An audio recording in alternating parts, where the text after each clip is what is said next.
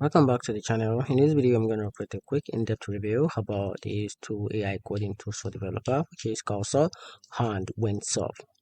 So let's dive into it. Cursor and Windsurf are two AI-powered coding tools making wave among developers in 2025. So Cursor focuses on seamless AI-assisted coding with features like code generation, refactoring, and debugging directly in your editor. It's great for developers who want to speed up their workflow while keeping control of their code.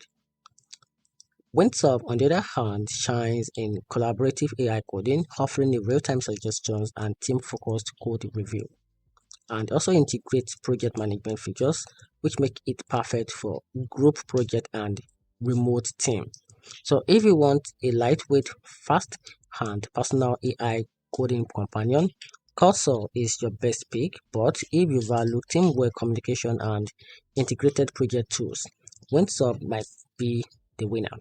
So both are excellent, but your choice depends on whether you work mostly on solo or in a collaborative environment. And that's it. Hope you find the video helpful. Give it the turn on notification button and subscribe for more.